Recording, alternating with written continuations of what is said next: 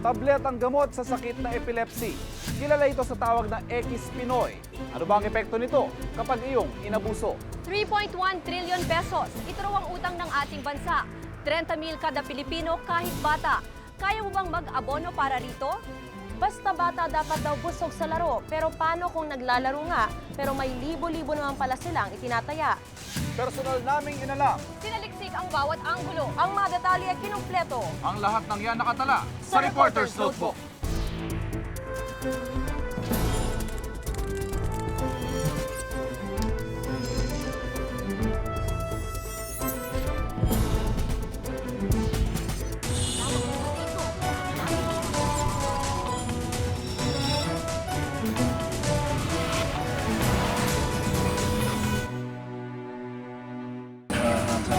Susunod, dating kinahumalingang drugs, ngayon nauuso na naman. Ang mga detalye sa Reporter's Notebook.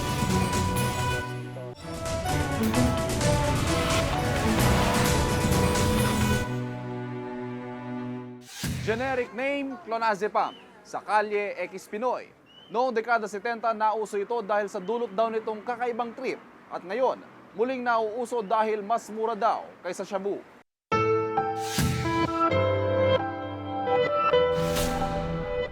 Dilat na dilat. Gising na gising. Matapos ang ilang minuto, nakakaantok na. Parang lumulutang ang katawan. Parang nasa alapaap ang pakiramdam.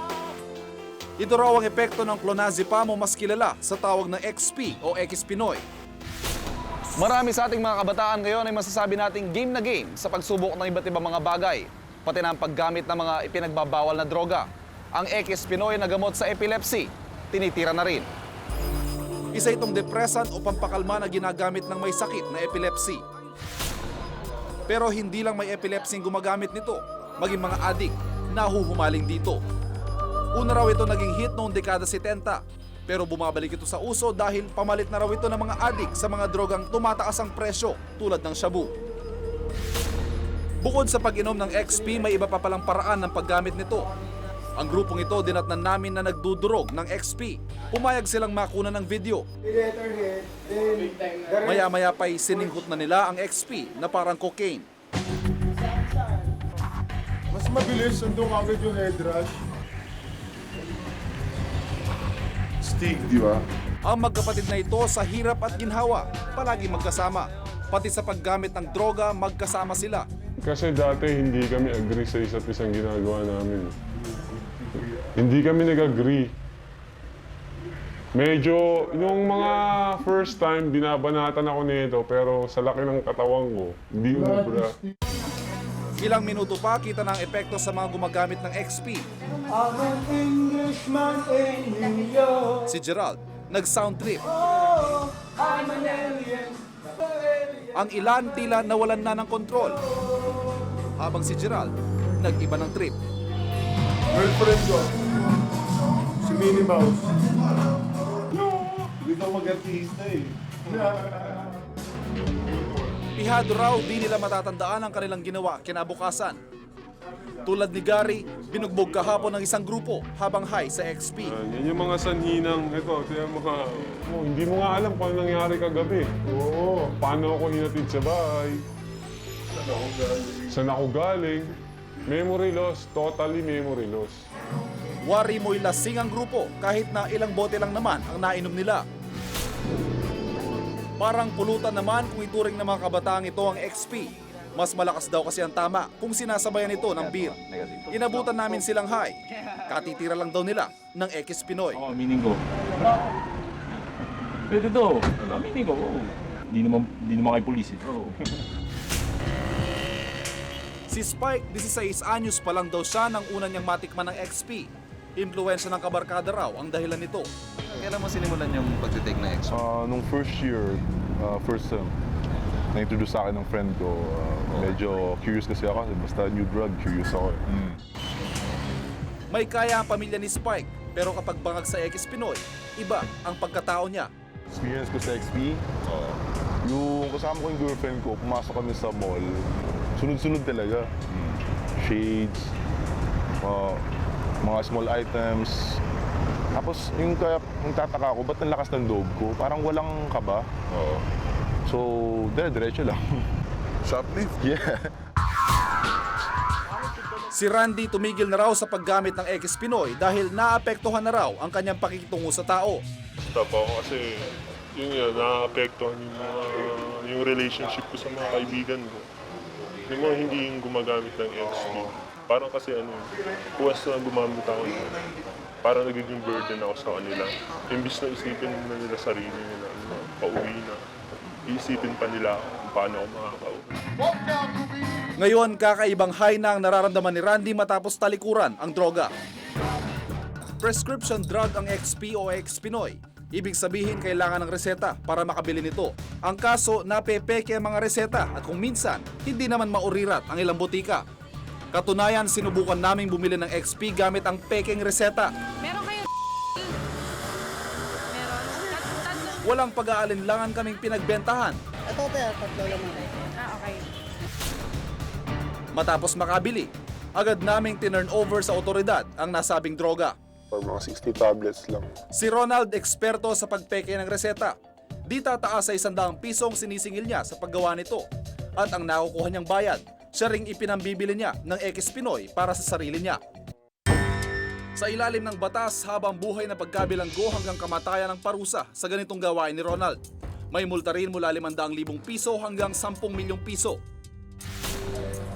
Bukod sa bawal ang paggamit ng X Pinoy na walang reseta, delikado ito kung walang rekomendasyon mula sa doktor. Habang magtagal mong ginagamit, parang kumukonti yung bisa. So, kailangan mo ng mas mataas na dose. Tapos, ang side effect naman sa iba, pag matagalang gamit, hyperactive, aggressive, masungit, gano'n. Ang kabataan daw likas sa papag-eksperimento pero kapag droga na ang nagiging sentro ng pagdiskubre sa mundo, ito ang larong wala kang panalo, bata man o matanda. Ako po si Ivan Mayrina at itong nakatala sa aking Reporter's Notebook.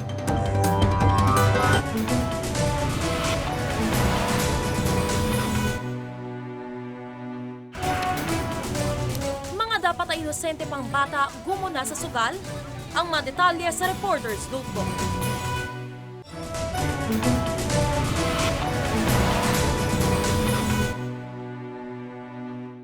Caracruz ending weteng. Mga sugal na pang matanda, kinahuhumalingan na rin pala ng mga bata. At ngayon nga hindi lang sila mananaya, kundi mga kobrador na rin.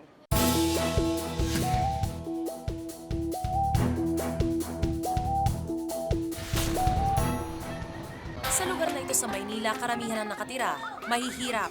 Ang mga musmos, nagkalat lang sa daan. Ang libangan ng ilan, sugal. Kung dati meron lang ang mga bata sa pagsusugal ng matatanda, ngayon sila mismo kasali na rin. Si Jenny, 11 taong gulang, bihasa rin sa sugalan. 6 na taong gulang siya nang matuto ng sari-saring sugal. Para pong nakakalibang siya, para nakikita ko po yung mga kaibigan ko naglilibang, nagsusugal. Ginaya ko po sila. Sabi ko nakakalibang pala yun. Pinagsanayan ko po yung pagsusugal. Kaya Ngayon kilala na siyang kobrador o taga-kolekta ng taya sa ending ng basketball. tambahan lang po siya pag nananalo. Tumutubo ka rin po pag napuno mo siya. Pag napatayaan mo lahat, tumutubo ka rin po. Pero po minsan, tinutubo? 70 po kaya 50. Kaso lang po, pag hindi mo siya nasingil lahat, mag-aabono ka. Bukod pa ito sa iba't ibang larong baraha na alam niya. Tong it po sa Kabidyo Carrera. Ano pa? Tainana, Tapos? Lucky 9, First Cara.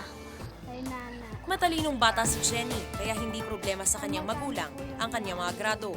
Ang kanyang pagkalulong sa sugal, ang malaking sakit ng ulo. Madalas ko makita yan sa sugalan. Ang isa, nagugulpi ko siya. Masyadong sugal yan. Lahat ng alam ng sugal, alam niyan eh. Sa halip pangaraw tumulong sa gawaing bahay, kadalasang nakikita sa lansangan si Jenny, nakikipagsugal. Kasi pong nakakalibang po magsugal, masaya.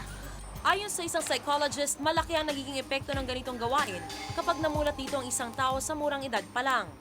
Siyempre, kung sugarol ka, laki ng problemang dala sa iyo nun. No? Nagsisinungaling ka na, ang buhay mo umiikot na doon, nasisira ang iyong pagkatao. Dito sa libreng Bible study para sa mga bata sa Smoky Mountain, inabutan namin si Jay, tubong dagat-dagatan. Batang palaboy si Jay. Naglayas daw siya sa kanila dahil madalas nawawala sa bahay nila ang iniipon niyang pera. Kaya ayaw niya niyan bumalik dito kasi may kasalanan siya. Natatakot siya na baka paluin siya ng papa niya. Yun, kaya ayaw nang bumalik dito. Ngayon, pagka naman bumabalik siya rito, kahit anong pakiusap mo, aalis at aalis din siya. Hindi ko alam kung anong gagawin ko. Gusto ko nga ipasok na lang siya sa DSWD, di ba kumukuha naman yan sila. Tanggap na ng mga taga Smoky Mountain si Jay. Katunayan, may pamilya pang nagmagandang loob na kumupkop sa kanya. Pero kapag abala siya sa pagsusugal, hindi na siya umuwi pa. Saan ka naglagay? Sa may kubo. Saan? Anong meron sa kubo? Hindi, sabay patay pala. Naglaro ka ba kagabi?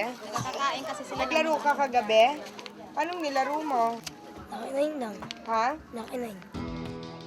Minsan pangaraw, nakasaksak na siya dahil sa sugal. Una, nakasaksak ka ng bata. Wala. Nagigil ako eh. Dahil, Luga ako eh. dinugas ka saan? May Galacruz. Hating gabi na pero naglipa na pa rin ang sangkatutak ng mga bata dito sa Fishport. Sino ba naman ang mag-aakala na ang mga bata pa lang ito ay nambabakaw o nangungupit ng mga isda para gamitin ang kanilang kinita sa pagsusugal?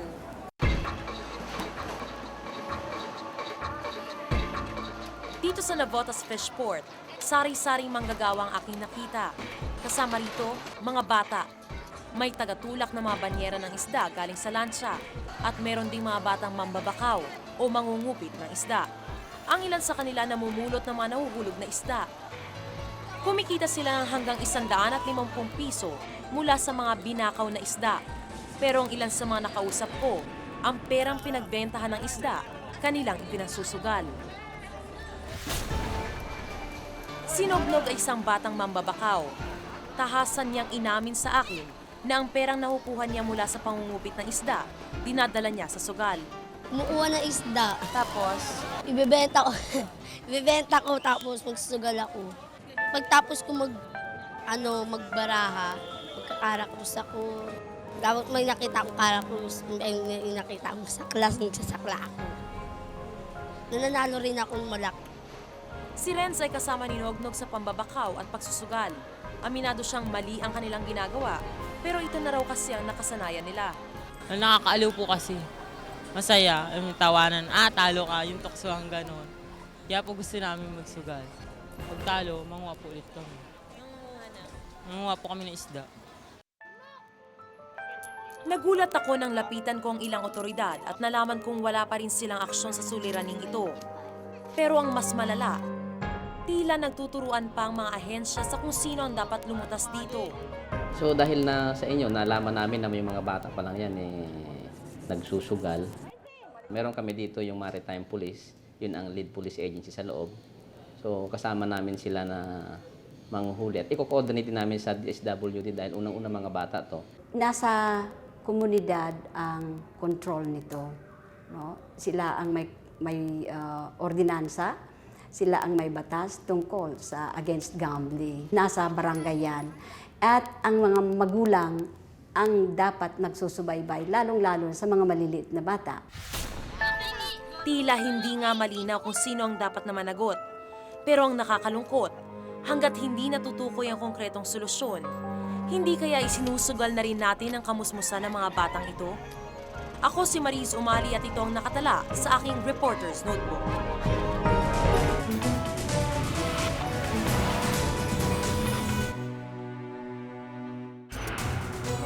lahat nagrereklamo sa kakarampot na sweldo, pero utang ng bansa lalong lumalawak. Ang mga detalye sa Reporter's Notebook.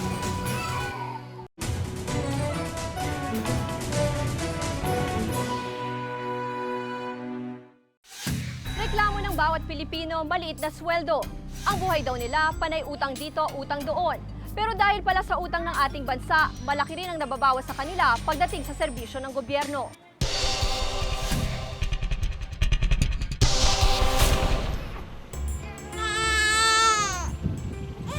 Hirap si Neneth na patahanin ang kanyang sanggol na 18 araw pa lamang.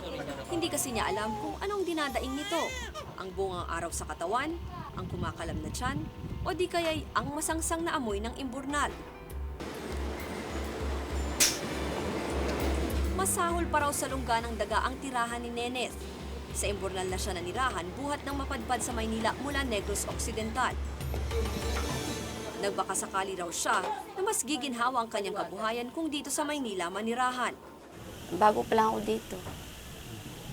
Diyan ako paghalagala. Hirap kasi dito ang buhay sa Manila.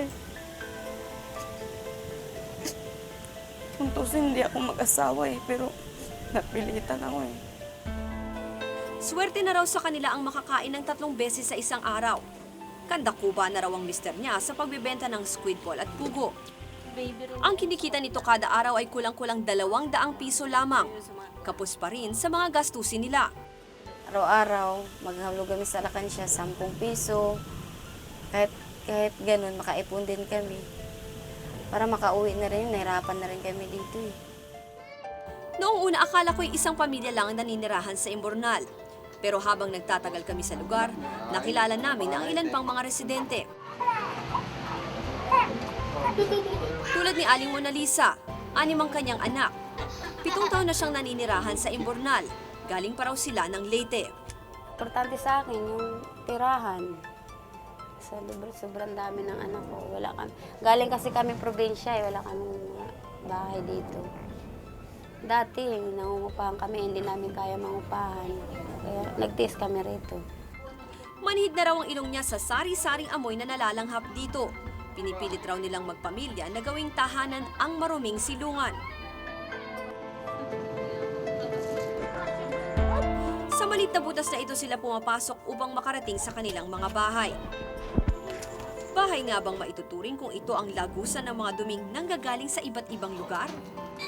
Kaya tuloy para silang pumapasok sa maliit na butas ng karayom, mairaos lamang ang bawat araw na nagdadaan. Ganito nga ang kalagayan ng karamihan sa ating mga kababayan. Nakalubog sa lusak ang kanilang buhay. Walang matirahan, hikahos ang buhay. Ayon sa Asian Development Bank, tinatayang 39.4% ng mga Pilipino ang itinuturing na below poverty line o lugmok sa kahirapan. Alam niyo, pag hindi po nag-reform ang gobyerno, lalo tayong madidiin sa kahirapan. Right now, there are 30 million Filipinos living below the poverty line. Ang ibig sabihin po ng poverty line, pag hindi ka kumikita ng $1 o 55 pesos a day, mahirap ka. Kailangan mo yata ngayon para mamuhay ka ng isang human being, 500 pesos a day. Sa taong kasalukuyan, umaabot na sa mahigit 3 trillion pesos ang utang ng Pilipinas. Ibig sabihin nito, kung ang utang ng bansa ay 3 trillion pesos at ang populasyon natin ay aabot ng 80 million, lalabas na ang bawat Pilipino ay may utang na 39,000 pesos. 39,000 pesos? Wala ka pang kamalay-malay, meron ka ng obligasyon sa mundo na 39,000 pesos. Samantalang, magkano binibigay sa iyo ng gobyerno? Pumunta ka sa Pabella, the baby factory, di ka na makakakuha ng service worth 39,000 pesos di ba? Kaya naman dahil sa mga gastos ng gobyerno at korupsyon, ang mga mamamayan ang pumapasa ng kalbaryong ito. Sa halip na gamitin ang pondo sa mga serbisyong para sa mga kababayan natin, napupunta lang ito sa pagbabayad ng interes ng utang. At ang inaasahang serbisyo ng mga mahihirap nating kababayan ay hindi na nakakarating sa kanila, kaya't lalo silang naghihirap.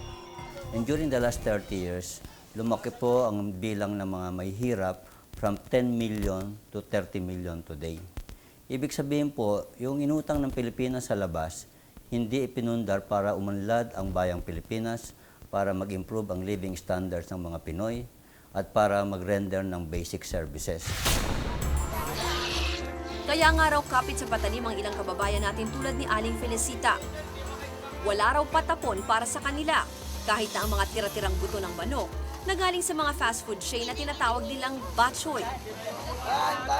Maaari pa raw kasing ilaga ito at haluan ng asin para magkalasa. Mainam na raw itong pantawid gutom. Kayo po, kumakain kayo niyan? Oo, kumakain din kami. Anong lasa? Masarap din naman ho. Malasa masyado. Hindi na siya nagdadalawang isip sa pamumulat ng basura ng iba. kesa raw na matulog siyang luwa ang mga mata sa gutom. Okay lang sa inyo kumain kahit nakain na ng iba? Oo, wala naman hong masama doon. Tsaka ano naman malinis naman yan eh. Mas gusto niyo yung lasa kaysa sa... Yung sariwang manok na nabibili. Bakit po? Kasi ito, maganda ang pagkakatimpla. Yung sariwa, hindi natin masabi. Minsan, ilado na yung iba. Wala naman daw problema sa pagkain ang mga tirang buto ayon kay Ronald. Sa tagal na niyang kumakain ito ay hindi naman siya nagkasakit. Hindi naman. Yun, nakain ko, mga 10 pesos lang yung pera ko. Bumili ako, kaysa bumili ako ng dinuguan, 10 piso, nakakain pa yung mga nanay ko.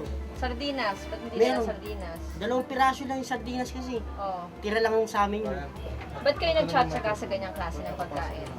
Medyo para wala akong nakatalagang pera. Ito, makakakain kayo kahit ilang kayo. Siksikan naman ang pamilya ni Mang Pasio sa kanilang maliit na barong-barong. Nasubukan na raw niya ang lahat ng klase ng trabaho. Construction worker, tagapinta ng bahay, pagpapasada ng pedicab at marami pang iba. Yun, naiisip ko nga magnakaw, kaya lang sabi ko, malaking kasalanan yan, kasalanan pa sa Diyos yun magnakaw, sabi ko. Buti kung magnakaw ako, kung hindi ako makukulong. Eh paano kung makulong ako, lalo maghihirap yung mga anak ko kung nasa loob na ako. Dala raw ng kahirapan kung bakit naisipan niyang ibenta ang bunsong anak sa halagang 10,000 piso. Hindi kasi niya maitubos ang sanggol sa kumadrona. Mabuti lang naawa yung amo ko. Sabi niya, total lang, katrabaho ka naman dati rito, baka sakali may gagawin pa rito. Bibigyan lang kita ng pera, 2,000 huwag mo lang binta. Kasi anak mo yan eh. Laking pasasalamat ni Mang Pasio sa kabutihang loob ng kanyang amo. Kung hindi daw dahil dito, maaaring di na nila kapiling ang bunsong anak. Sa lumalalang kahirapan at lumalaking utang ng ating bansa, paano at kailan pa kaya makakaahon si Juan de la Cruz? Taon-taon nadadagdagan ang foreign debt o ang utang ng Pilipinas. Halos kalahating porsyento ng national government budget ay nakalaan sa pagbabayad ng interes. Ayon sa Bureau of Treasury, ginagawa naman ng administrasyon ni Pangulong Arroyo na mabayaran ito. Generally speaking, yung Maruwings natin had done a lot of improvements, development, not only in the urban centers but in the countryside. Noong 1970 sa administrasyon ni Marcos, nagsimula ang malaking utang natin sa World Bank. At dahil sa sunod-sunod na problema ng gobyerno, tila naisantabi ang usaping foreign debt. Yung mga irresponsableng gobyerno na nangungutang kahit na hindi naman gano'ng kalaki ang pangangailangan natin dahil nasilaw sila sa pera ino-offer. Kaya sa panahon ni Marcos, umutang ng malaki ang gobyerno, umutang rin ng malaki yung mga private corporations na ang nagmamayari ay mga kaibigan ni Marcos. Nagbigay din ng pahayag ang NEDA. May nakalaan naman raw na programa upang maiahon sa kahirapan ang buhay ng mga Pilipino. Government is very determined, no? Para mapasa itong mga revenue measures para hindi lumobo ang ating utang. Kaya ang malaking responsibilidad ay nasa ating Kongreso. Buhay, puri, dangal, kalayaan. Lahat ng ito ipinambayad na ng mga Pilipino upang maibsan lang ang napakalaking utang ng Pilipinas. Sa patuloy na paglaki ng utang ng ating bansa, ay patuloy rin ang pagdami pa ng mga taong nalulubog sa kahirapan. Suntok sa buwan na nga lang ba na makatikim ng disenteng kabuhayan ang ating mamamayan? Ako si Ruth Cabal at itong nakatala sa aking Reporter's Notebook.